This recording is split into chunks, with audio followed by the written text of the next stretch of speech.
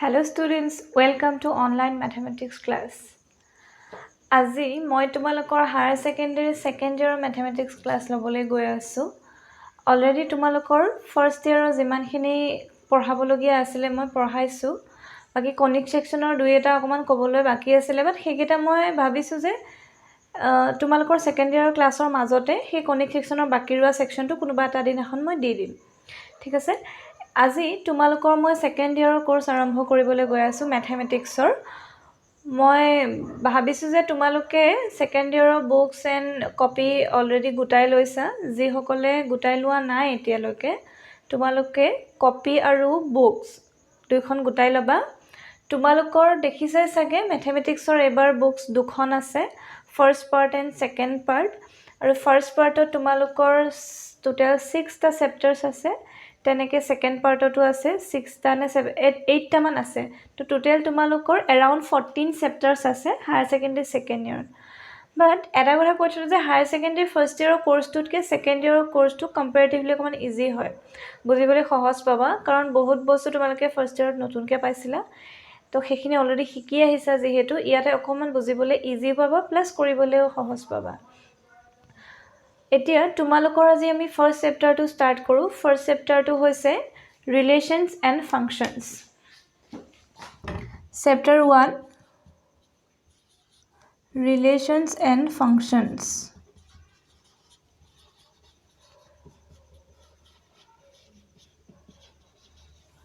ৰিলেশনস and function তোমালোকৰ already চিনাকি হৈ গৈছে। 11ত তোমালোকে যেটো সেকেন্ড চেপ্টাৰ পাইছিলা ৰিলেশনস এন্ড ফাংশনস ইয়াতে হেতু ফাৰ্স্ট চেপ্টাৰ হৈ আহিছে। 11ত ৰিলেশন এন্ড ফাংশনৰ ইন্ট্ৰোডাকশন পাৰ্টটো পঢ়িছিলা। ৰিলেশন কি বস্তু পঢ়িছিলা, ৰিলেশন আমি কেনেকৈ বনাব পাৰো হেতু পঢ়িছিলা। দেন ফাংশন কেনেকুৱা, ফাংশনৰ জাস্ট বেসিক ডেফিনেশন পঢ়িছিলা। ফাংশন এটা কেনেকৈ আমি এটা সেটৰ পৰা কেনেকৈ এটা ফাংশন উলিয়াব পাৰো হেতু শিকিছা। এতিয়া তাত যিমানখিনি তোমালোকে শেষ কৰি আহিছিলা এতিয়া হিমানখিনিৰ পৰা স্টাৰ্ট হ'ব। তাৰ মানে ফাৰ্স্ট ইয়াৰৰ ৰিলেশন এন্ড ফাংশন চেপ্টাৰটো যিমানখিনি পঢ়িছিলা এতিয়া কি হ'ব সেই গুটেখিনি দৰকাৰ হ'ব। গুটেখিনি কনসেপ্ট দৰকাৰ হ'ব। সেই কনসেপ্টটো যত তোমালোকে এৰি আহিছিলা এতিয়া তাৰ পৰা স্টাৰ্ট কৰিব লাগিব। তাৰ মানে এৰি অহা পইণ্টৰ পৰা যদি স্টাৰ্ট কৰিব লাগে ইট মিন্স দ্যাট আগতে তোমালোকে যিমানখিনি পঢ়িলা ৰিলেশন এন্ড ফাংশনৰ ওপৰত সেইখিনি তোমালোকে আকৌ পঢ়িব লাগিব, মানে ৰিভাইজ কৰিব লাগিব। সেইখিনি দৰকাৰ হ'ব তোমালোকক। এতিয়া ৰিলেশন এন্ড ফাংশনৰ দুটা পাৰ্ট আছে। এটা পাৰ্ট আমি ৰিলেশন হিচাপে পঢ়িম, এটা পাৰ্ট ফাংশন হিচাপে পঢ়িম। তো আমি কি কৰো আজি আমি অকমান 11ৰ খিনি ৰিভাইজ কৰো। মই নাভাবো যে তোমালোকৰ মনত আছে, মনত থাকিলে ভাল বাৰু বাট নাই সাগে কাৰণ বহুত দিনতে পঢ়িলা নহয়। ফাংশন পাৰ্টটো যেতিয়া আমি পঢ়িম তেতিয়া আমি ফাংশনৰ কথা পাতিম। এতিয়া আমি আজি ৰিলেশন পঢ়িম সেইকাৰণে ৰিলেশন পাৰ্টটো ৰিভাইজ কৰিম। যেতিয়া আমি ফাংশন পঢ়িম তেতিয়া ফাংশনৰ পাৰ্টটো ৰিভাইজ কৰিম। তাৰ আগতে মই এটা কথা কৈ থওঁ যে এইটো চেপ্টাৰত তোমালোকে কি পঢ়িবা।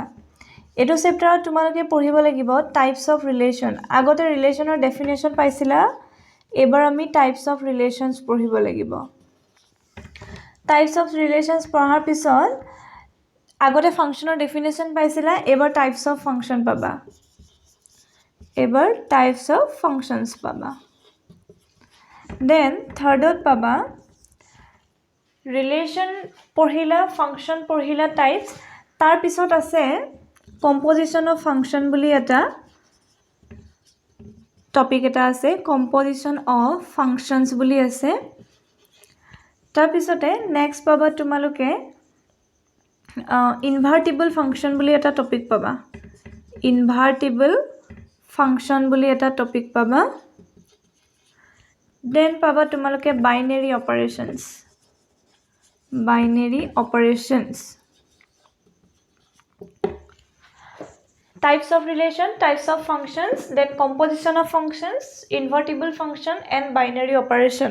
This topic eta sailo je ami iate total 5 ta main topic পঢ়িবলৈ গৈ আছো।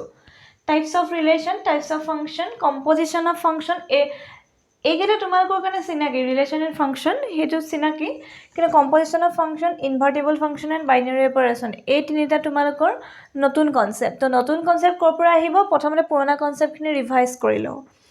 এতিয়া আমি আজি অকমান ৰিলেশ্যনৰ ৰিভিজন কৰোঁ ৰিলেশ্যনৰ ৰিভিজন কৰিব যাওঁতে তোমালোকে অকমান 11ৰ কথা মনত পেলোৱা ৰিলেশ্যন কি আছিলে ৰিলেশ্যন পঢ়াৰ আগতে আমি কি পাইছিলোঁ বাৰু ৰিলেশ্যন আমি তেতিয়াহে পঢ়িব পাৰোঁ যেতিয়া আমি প্ৰথমতে সেট চেপ্টাৰটো পঢ়ি লওঁ তোমালোকৰ ফাৰ্ষ্ট চেপ্টাৰটো সেট আছিলে নহয় সেট এটাৰ পিছতহে আমি এটা ৰিলেশ্যন পাওঁ তো মনত পেলোৱা যে ফাৰ্ষ্টতে আমি কি কৰিছিলোঁ এটা সেট লৈছিলোঁ এ সাপোজ এ লৈছিলোঁ আৰু এ আমি লওঁ 1,2 তাৰ পিছতে আৰু এটা সেট আমি বি ধৰিছিলোঁ এ এক্সাম্পল হিচাপে লৈছোঁ এ বি মানে আমাক দুটা সেট লাগিব ৰিলেশ্যন এটা হ'বৰ কাৰণে দুটা সেট ৰিলেশ্যন মানে কি এটা বস্তুৰ পৰা আন এটা বস্তুৰ মাজৰ কানেকশ্যন নহয় জানো যেনেকৈ আমাৰ মানুহৰ মাজত ৰিলেশ্যন থাকে এতিয়া এটা বস্তুৰ পৰা আন এটা বস্তুলৈ যদি কানেকশ্যন আমি কৰিবলৈ যাওঁ তাৰ মানে আমাক কি লাগিব দুটা বস্তু নালাগিব জানো সেইকাৰণে আমি কি কৰিছোঁ দুটা সেট লৈছোঁ এ সেট লৈছোঁ আৰু বি সেট লৈছোঁ তাৰ পিছতে কি আছিলে ইহঁতৰ কাৰ্টেজিয়ান প্ৰডাক্ট লোৱা হয় কাৰ্টেজিয়ান প্ৰডাক্ট মনত আছেনে এ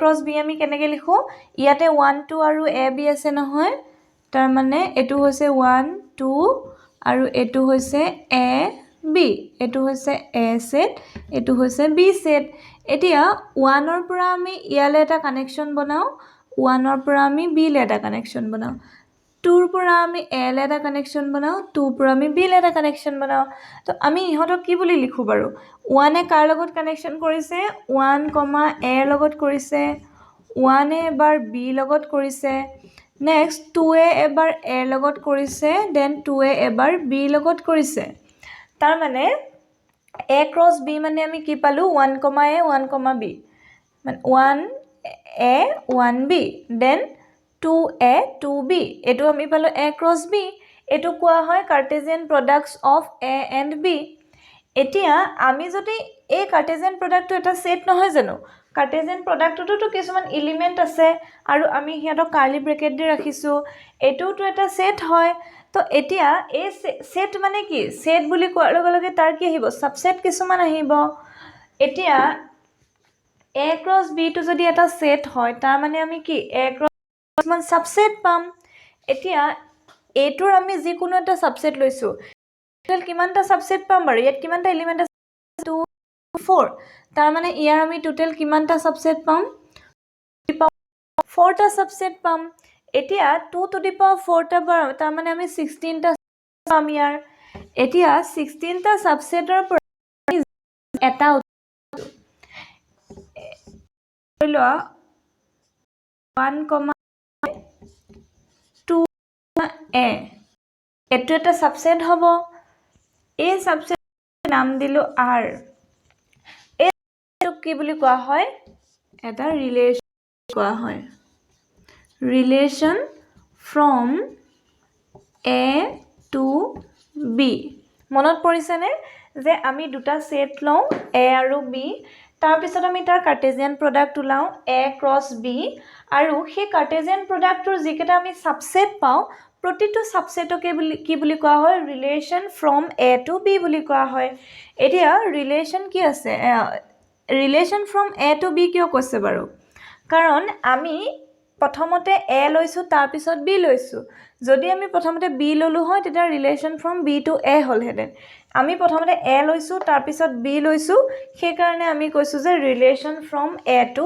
বি বুলি কোৱা হয় ঠিক আছে এইটো আছিলে আমাৰ ৰিলেশ্যনৰ ডেফিনেশ্যন তাৰমানে এ ক্ৰছ বিৰ যিমানকেইটা সাবসেট আছে প্ৰতিটো সাবসেটকে এটা এটা ৰিলেশ্যন বুলি কোৱা হয় এতিয়া ৰিলেশ্যনবোৰক আমি কিহেৰে ডেনোট কৰোঁ আৰেৰে ডেনোট কৰোঁ ধৰি লোৱা এইটো এটা ৰিলেশ্যন পালোঁ আৰ আমি আৰু এটা সাবসেট লওঁ ইয়াৰটো আমি 16টা সাবসেট পাম আৰু এটা ল'লোঁ 1, এ 1, বি 2, বি এইটো এটা সাবসেট ল'লোঁ আৰু ইয়াকো আমি নাম দিলোঁ আৰ এইটো এটা relation from A to B হ'ল এতিয়া এটা সেটৰ ওপৰত দুটা সেটৰ ওপৰত আমি দুটা ৰিলেশ্যন লৈছোঁ এইটোক আমি নাম দিলোঁ R1 এইটোক আমি নাম দিলোঁ R2 এয়া আমাৰ কি আছিলে আমি যে দুটা সেটৰ মাজত ৰিলেশ্যন আমি কেনেকৈ উলিয়াব পাৰোঁ তাৰ কিছুমান ডেফিনেশ্যন এণ্ড এক্সাম্পল আছিলে ঠিক আছে এইখিনি ৰিলেশ্যনৰ বেছিক কনচেপ্ট আছিলে দেন আমি ৰিলেশ্যনৰ ওপৰত আৰু কি পঢ়িছিলোঁ বাৰু